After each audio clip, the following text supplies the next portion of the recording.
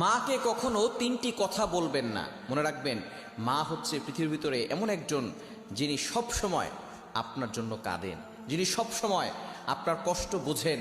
ওই মায়ের সাথে কখনো খারাপ ব্যবহার করবেন না। মা সবচেয়ে বেশি কষ্ট সহ্য করেছেন।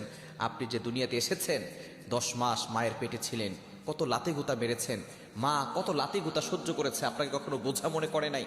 প্রসব ব্যথা যখন হয়, একটা মানুষ সর্বোচ্চ 45 ইউনিট ব্যথা সহ্য করতে পারে, কিন্তু একজন মা 57 ইউনিট ব্যথা সহ্য করে। কেন ইমাজিদের, আপনি কল্পনা করতে পারছেন কতটা ব্যথা সহ্য করে, প্রসব ব্যথা সহ্য করে তারপর আপনাকে দুনিয়াতে এনেছেন।